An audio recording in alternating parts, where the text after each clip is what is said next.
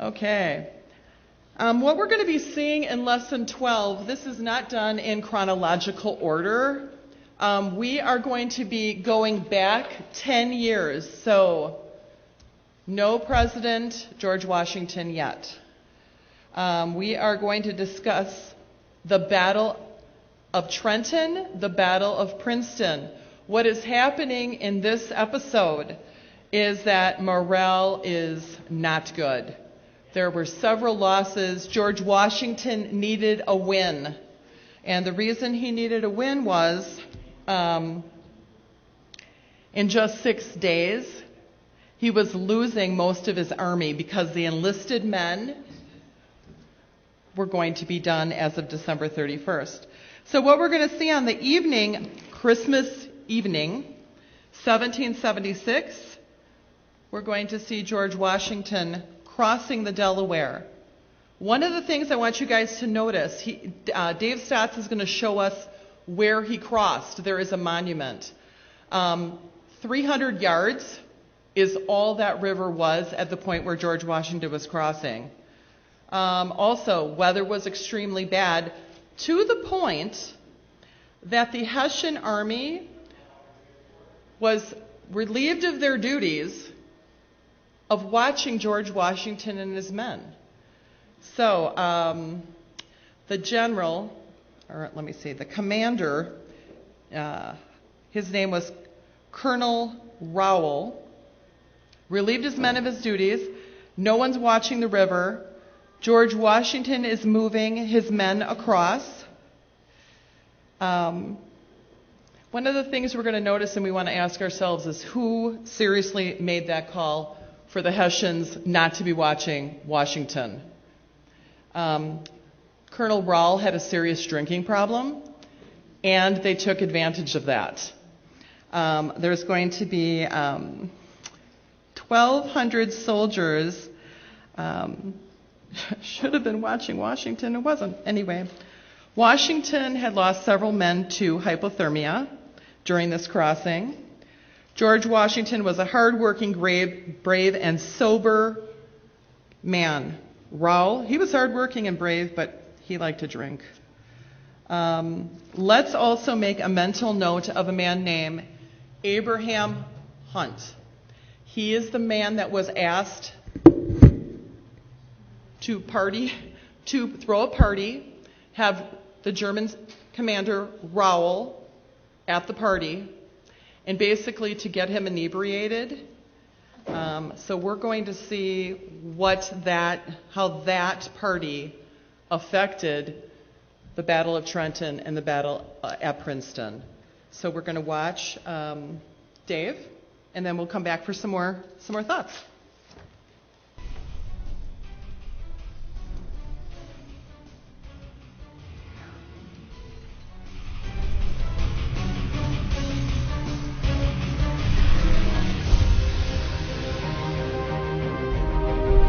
Eduardo.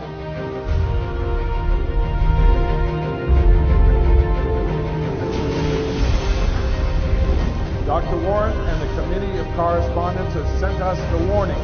The British be here soon.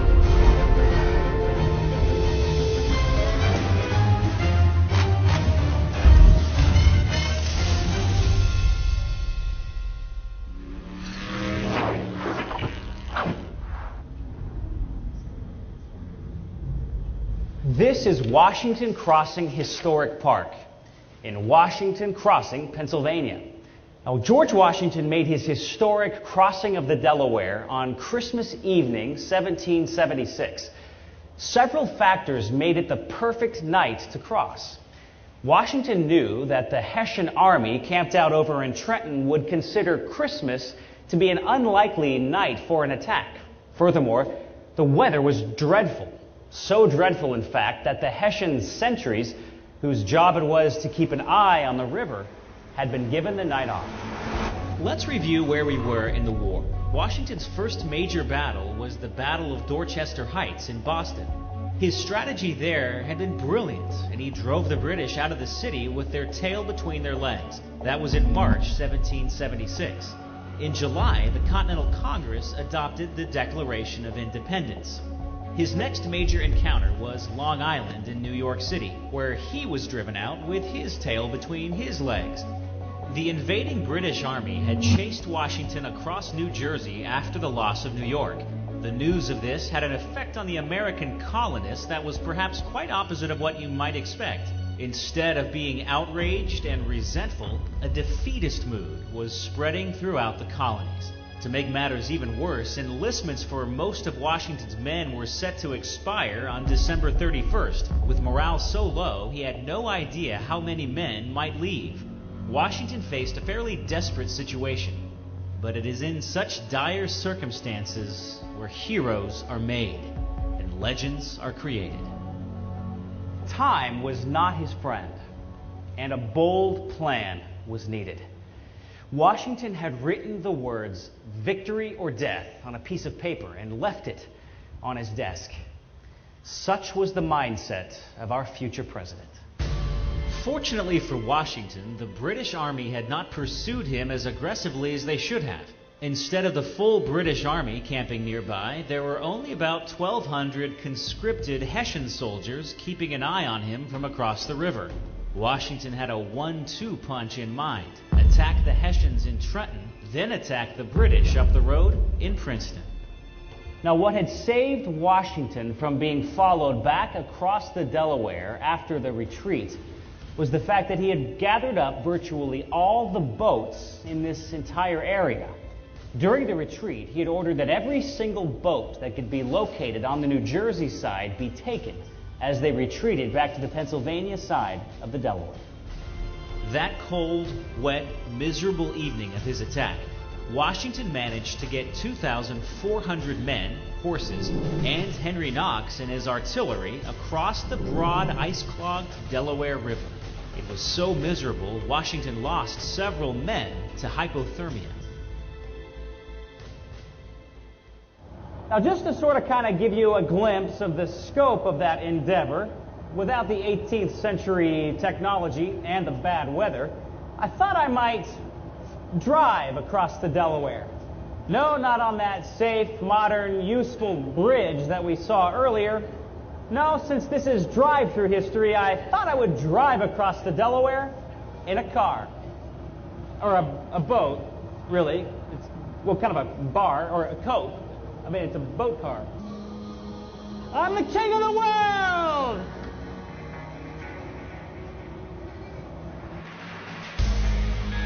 This is the amphicar. A car that floats. Check out the twin screws. It's a little boat lingo for propeller. Oh! The amphicar is designed to meet all your commuting and boating needs. For instance, how many times have you driven by a lake and said to yourself, if only I could drive across the lake and not have to go all the way around, I could save a ton of time. And hey, if I threw a fishing pole over the side, I might even catch dinner. And hey, if my wife was with me, she could water ski behind the car. Yes, the amphicar was built to address just such practical needs. It was a car designed for, finger quotes, the future. Back in those heady days in the early 60s Cold War era when everyone wanted to be a secret agent. Eventually, the amphicar company figured we'd all want floating and flying cars. You come to think of it, where is the flying car? Now, the power plant of this bad boy is a 69 cubic inch Triumph engine. Cranks out about 43 horsepower. In other words, may have been pretty state-of-the-art for 1967, but it's just a skosh underpowered for today's standards. The car, and the boat, steers with the front wheels. How's this for cool? A bilge pump came standard on every amphicar. Does your car have a bilge pump? Well, then I wouldn't laugh. They can come in mighty handy. Trust me. The amphicar will do 7 knots in the water and about 70 miles per hour on the road. Okay, here's an important question that's been plaguing serious historians for decades. If George Washington had an amphicar, would he have used it on that epic crossing of the Delaware? For the rest of the story, we'll need to drive over to Trenton. Let's go. In war, as in sports, momentum, or the Big Mo is all important. After the Battle of New York, the British had it, and we didn't. Trenton changed all that, and if you analyze what happened, the question of character comes into play. George Washington was hardworking, brave, and sober. Colonel Johann Rall, his Hessian opponent, was hardworking and brave, but was known for having a drinking problem. Colonel Rall had distinguished himself at the Battle of New York, and British General Howe had placed him into a position of great trust here in Trenton, despite his character flaw. It's just coffee. So bad judgment on the part of Howe and bad character on the part of Rall would contribute to the British loss in Trenton, and even cost Rall his life. There was an interesting side story that shows that the Americans apparently exploited Rall's drinking problem.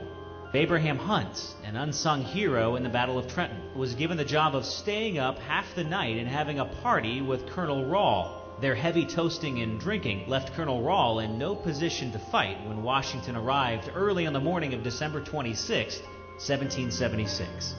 After a brief skirmish at a Hessian outpost, Washington set up here at a place now known as 5 Points, because it's the point at which 5 major streets converge here in Trenton. He ordered artillery to be set up here. Now, the Hessian army was asleep in houses along Warren and Broad Streets. Firing volleys of artillery down these streets prevented the Hessians from forming into lines and made them unable to effectively mobilize. Then the fighting broke out. It was the bloody, brutal, hand-to-hand with bayonet variety. It was all over in under 90 minutes. Colonel Rall was woken up from a drunken sleep by gunfire. He quickly realized that his only hope was to withdraw and try to regroup. He was shot from his horse right near this very location, what is now St. Mary's Cathedral. In fact, there's a plaque here commemorating the event. The Hessian army surrendered soon thereafter. There were no American deaths that day. James Monroe, the future 5th President of the United States, was wounded near here in the battle. On January 3rd, 1777, just 9 days after his bold attack on the Hessian regiments in the Battle of Trenton, General George Washington's Revolutionary Forces scored another strategic, significant victory against the British forces here at Princeton. In another extraordinary and bold move, and under the cover of night, General Washington quietly led his 6,000-man army away from Lieutenant General Charles Cornwallis and his troops, who had assembled nearby for a battle that they planned to launch the next morning.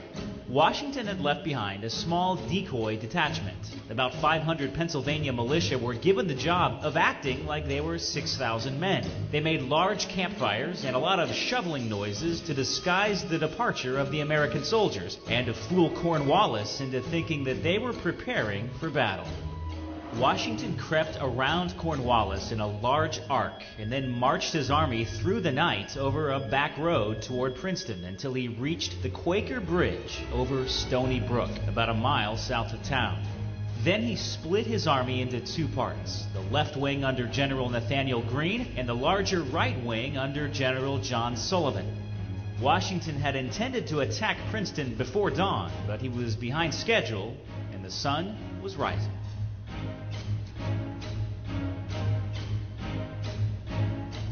Greene's assignment was to advance to the Princeton-Trenton Highway, stop its traffic, and destroy the bridge here at Stony Brook, while Sullivan's division, the main American attack force, moved toward the rear of the College of New Jersey, now Princeton University. Well, we made it to Princeton, New Jersey, and the Princeton Battlefield State Park, only about 10 miles or so north of Trenton. A quick little jaunt if you're in the Jeep, a bit of a haul if you're moving an entire army on foot. The leading brigade of Greene's wing consisted of about 1,200 men under the command of General Hugh Mercer of Virginia. Now, before they even reached the highway that they were sent to secure, they ran smack into about 800 British soldiers under the command of Lieutenant Colonel James Mawhood. Upon seeing the American force, Mawhood formed up his men across the edge of an orchard that was once here and waited for Mercer's troops to get within firing range. Mawhood launched a brave assault on the larger American force. The Americans were forced from the orchard and began to retreat in confusion. During all the confusion, General Washington had arrived to rally Mercer's men and reinforce the battle with a fresh brigade of 2,100 troops. Washington rode straight into the British fire, personally leading the attack. As Washington charged toward the British lines, he was heard yelling, "Parade with me, my brave fellows, we will have them soon." Washington successfully rallied Mercer's men, and the larger American force was able to retake most of the orchard, until fire from Mawhood's guns stopped the American advance. In Trenton, General Cornwallis and his men had been aroused by the sounds of cannon fire coming from behind their position. Cornwallis knew he had been outfoxed by Washington and assembled his army to race to Princeton. However, Washington's rear guard had managed to further delay him by damaging the bridge over the Stony Brook. American snipers slowed his advance and caused further delays. The exhausted American army slipped away, marching to Somerset County Courthouse, where they spent the night. When Cornwallis finally reached Princeton late in the day, he quickly determined that it made no sense to chase Washington, and instead abandoned many of his posts in New Jersey and ordered his army to retreat to New Brunswick to meet up with the British forces there. The battle at Trenton and Princeton greatly boosted the morale of the colonial troops, leading 8,000 new recruits to join the Continental Army. Public opinion about the war swung back in Washington's favor. I'm here at this memorial honoring the American and British officers and soldiers who died here at the Battle of Princeton, whose bodies are buried near this site. Now, the twin victories helped Washington understand how to fight the war most effectively. He would avoid engaging the main body of the British Army and instead would attack smaller forces in outlying areas. This would prevent British control over a wide part of the territory, and it would also play to Washington's strengths. In a short amount of time, the British Army was confined to a small portion of the northeastern part of the state of New Jersey. This remarkable turnaround greatly increased the American morale. From Princeton Battlefield State Park, it's a short 2-mile drive to the Princeton University campus, which is where we'll check out the story of founding father John Witherspoon. John Witherspoon, who was born in Scotland in 1723, was a signer of the Declaration of Independence as a representative of New Jersey. He was also the 6th president of the College of New Jersey, what is now known as Princeton University. He was also a very influential and active Presbyterian minister. But one of the most important roles of his life was that of a teacher. In 1768, at the age of 45, John Witherspoon became the president and head professor of the then small Presbyterian College of New Jersey here in Princeton. He taught a number of courses, including history, divinity, and a required course in moral philosophy. John Witherspoon was a staunch supporter of independence. In fact, he is featured in John Trumbull's famous painting of the signing of the Declaration of Independence. Witherspoon served in the Continental Congress for most of the war, from June 1776 until November 1782. He became one of the most influential members and tirelessly served on over 100 committees. John Witherspoon died in 1794 at the age of 71 years old. He's buried right here at Princeton Cemetery. Witherspoon was perhaps one of the most influential American teachers of all time. He produced 37 judges, 3 of whom went on to become Supreme Court justices. 10 of his former students were cabinet officers. 12 former Witherspoon students became members of the Continental Congress. 28 men sat on the Senate. 49 became United States congressmen. One former student, Aaron Burr, went on to become the third vice president of the United States, and another, James Madison, became president. John Witherspoon is a perfect example of the worldwide impact one good teacher can have. Others buried here in Princeton Cemetery include Aaron Burr Sr., former Princeton president, one of the Presbyterian leaders of the Great Awakening, Aaron Burr Jr., the third vice president of the United States and the man that killed Alexander Hamilton in a duel, and U.S. President Grover Cleveland.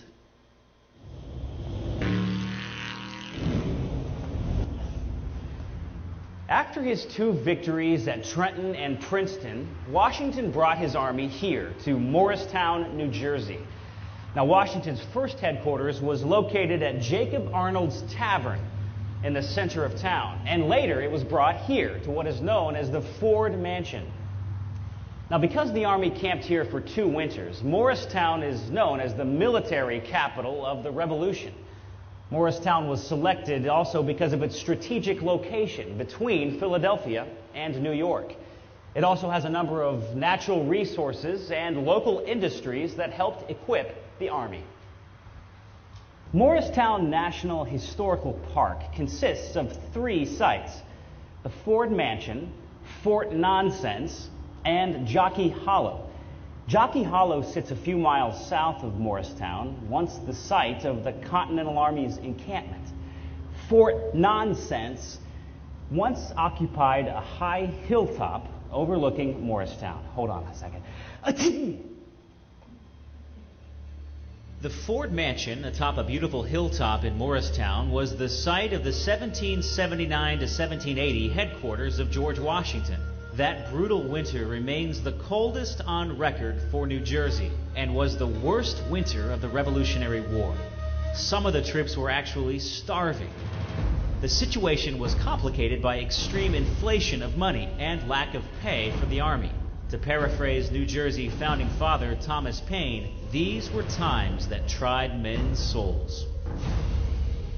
During Washington's second stay in March 1780, he declared St. Patrick's Day a holiday to honor his many Irish troops.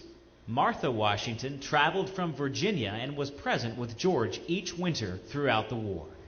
Fort Nonsense was a term given to a fortification and an earthworks that General Washington had ordered built in order to protect his military and his supplies from British attack. Originally called Kinney's Hill, it was never really put to use in battle, and so the soldiers, being soldiers who sometimes got cynical, assumed that Washington had ordered the fort built just to keep his men busy and out of trouble. However, it was quite common at the time for fortifications to be built in order to protect military encampments and strategic military depots. Did you guys see like a weird?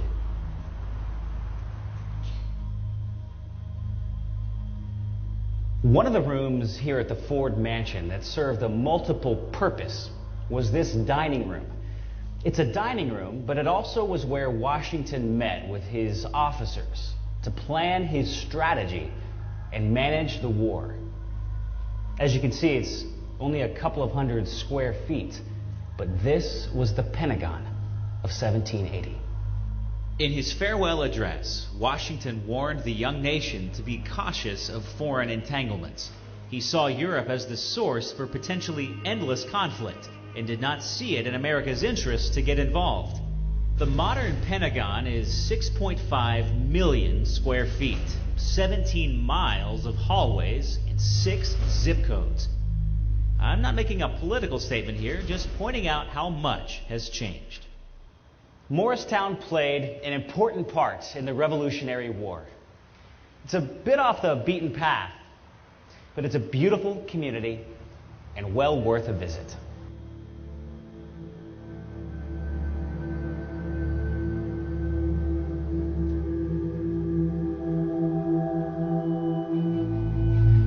The Battle of Monmouth was a Revolutionary War battle fought right here on this battlefield on June 28, 1778. The main Continental Army under George Washington attacked the rear of the British Army's column, led by General Sir Henry Clinton. But perhaps the most enduring legend to come from this battle was that of Revolutionary heroine Molly Pitcher. Molly Pitcher is the name given to a woman who attended the troops by carrying water for the soldiers in pitchers. Get the name connection? All during the very long, very hot day. Her husband was an artilleryman, and after he fell, either from a wound or heat stroke, Molly took over the duties of loading and firing the cannon. Like so many legends that have grown over the years, Molly Pitcher has become folklore, so it is difficult to know exactly what happened. We're not even exactly sure who the real Molly was. It was either Mary Ludwig Hayes Macaulay or Margaret Corbin. The Battle of Monmouth was distinguished for several other reasons. It was one of the largest engagements of the war, involving some 21,000 troops. And it was one of the longest days of fighting. The shooting started early in the morning and continued into the evening until both sides were exhausted. Now imagine this scene. George Washington had spent the winter cooling his heels, literally, at Valley Forge. Baron von Steuben had drilled Washington's men into a professional military. And the British, who had been occupying Philadelphia, much to Washington's irritation, had decided to evacuate and were on the move across New Jersey. Their slow-moving wagon train of artillery and supplies was vulnerable and stretched out over 12 miles. Washington was in hot pursuit, and he was interested in doing some serious damage. Washington ordered General Charles Lee to attack the British at the rear, but when Lee got the opportunity, he lost his nerve and drew back to safety. When Washington came upon the retreat, he lost his composure. He challenged Lee's loyalty and his courage, and he sent him to the rear. He swore at him, according to one witness, quote, until the leaves shook on the trees. Washington then personally took over and rallied the men, proving once again that he was an exceptional field commander. The Americans proved that they could take on the British in an open field, 18th century style battle. Monmouth Battlefield State Park is one of New Jersey's best preserved battle sites. I love my job, and this series, which I call Columbus to the Constitution, has allowed me to tour 5 countries in Europe and most of the original 13 colonies in America. And now that my tour of early American history is over, I have to admit I'm a little sad. In Europe, I got to explore massive castles, contemplate ancient tombstones, visit some breathtaking ancient cathedrals, and meditate about the giants of my faith. I visited tiny stone churches where oratories from humble pastors changed the world. I got to drive some cool cars on the wrong side of the road, visit Sherwood Forest, and dance with gypsies. But it's America that will haunt my memories the most. I love my country, and I'm worried about its future. Have we lost our way? I think about Independence Hall and the courageous and honest men confronting tyranny who drew a line in the sand in 1776 and signed their own death warrants. Do such men exist today? And after fighting a long and difficult war, they managed to create the United States Constitution, a document that remains the envy of the world. This document speaks to every man because the cry for freedom beats in the heart of every human being. I pray for future leaders that have the honesty, courage, and perseverance of George Washington. We need the brilliance of Thomas Jefferson, common touch and common sense of Benjamin Franklin. We need men like John Adams, a disciplined and brilliant man who put the interests of the nation over his own special interests. Can America still produce moral leaders like this? Will we remain a free people? Maybe we just need a new revolutionary spirit. You can count me in. Thanks for joining me on this Drive Through History series. I'm Dave Stotts.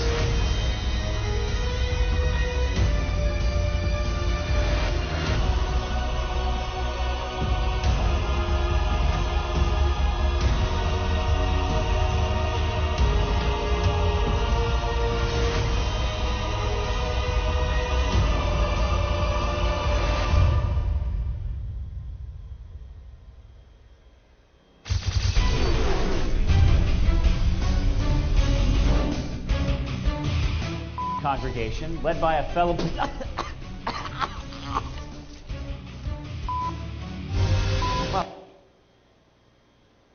Okay, today is our last episode of Drive Through History, so next week we'll be having a test from the last 12 episodes.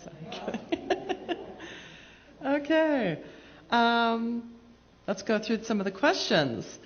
Why was crossing the Delaware River so difficult for the colonial army? If we can come forward, if you have the answer, I would like people in YouTube land to be able to see who's answering. Anybody?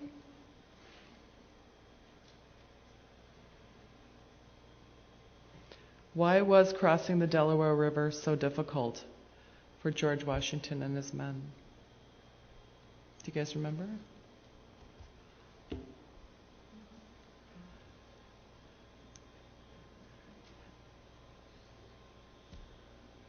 Do you guys remember what the weather was like? Gracie?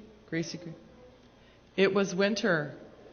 It was cold. It was Christmas night, 1776. I wanted to add just a couple of things. It was Christmas night, and General Howe was the guy who thought it was a good idea to put Rowell, the German colonel, in charge of the men based on their time together at the Battle of New York. So as we saw, it's snowing, it's raining. He's crossing the Delaware with all the men, and the Hessians are partying. One of the things that Dave had asked me as we were discussing this, who did Rowell trust that he was going to go into this man's home on American soil and start celebrating Christmas? And as we learned, it's Abraham Hunt. Now, Abraham Hunt, I did some research on him. Was he a loyalist, which would have made Howe comfortable in entering his home? But Abraham Hunt had purchased weapons for the colonists, for the colonial army, and he was entertaining the Germans. So the question is was he a British loyalist or was he a double agent? Because he was really feeding both sides. Another fun little thought was, and question number 2 is, why do you think the Amphicar was a failure? I don't know, they seem to be working well at Wisconsin Dells, is it the ducks? The ducks? Why do you think it was a failure? Not enough power. I kind of liked the car boat thing. I can't drive a boat, but I can drive a car. I would use that. Number 3, how did the victory at Trenton change the course of the war? Now let's remember, this is Rowell's first assignment, leading the men into battle. And what is he doing? He's drinking. I appreciated what Dave Stotts had said, but I think the terminology I would have used was when he came to from and he's experiencing this hangover, and he's trying now, his men are under attack. He gets himself shot. And what Dave didn't say was, he got shot on December 26th in the morning. By December 27th, he is dead. And there is some really interesting information that I found out that I'm going to add in a couple of minutes that really could have affected these two battles, the Battle of Trenton and the Battle of Princeton. So how did the victory of Trenton change the course of the war? Anybody?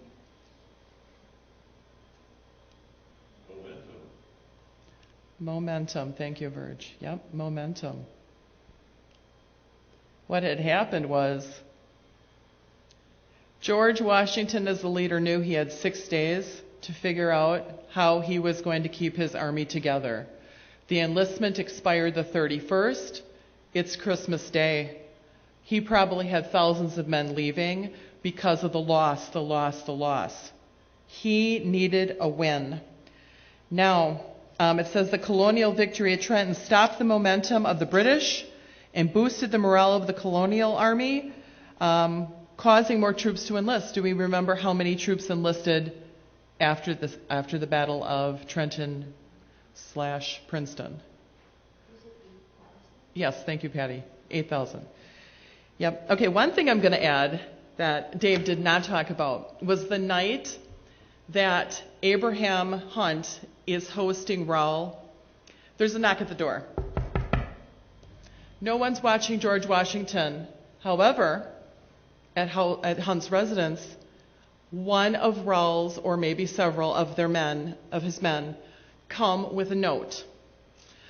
The butler or servants will not let those men in to disturb Hunt and Raoul.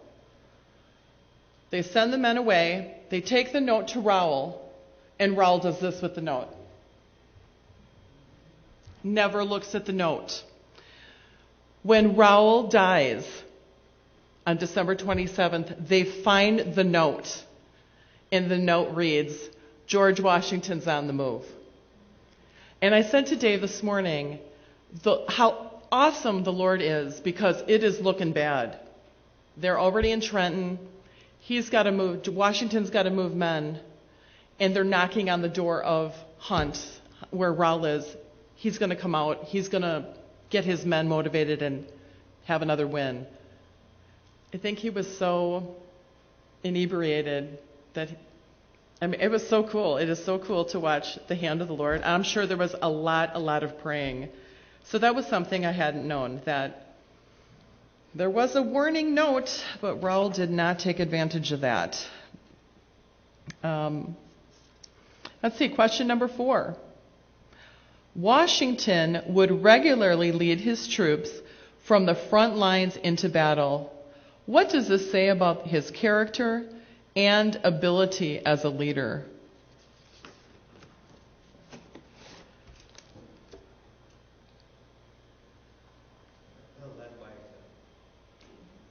Yes, he led by example.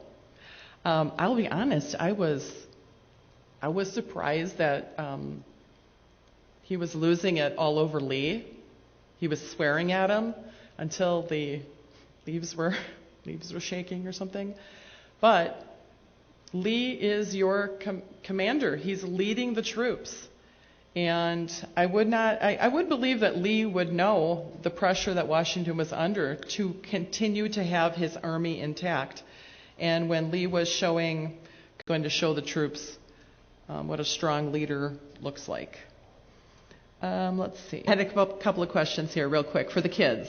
The battle. This place was once called the College of New Jersey. Good.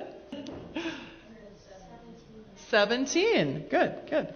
How many zip codes? George Washington avoided engaging the main to attack the smaller forces, which would really encourage them. That would boost my morale if we're attacking just smaller groups of the forces. Okay, number 5.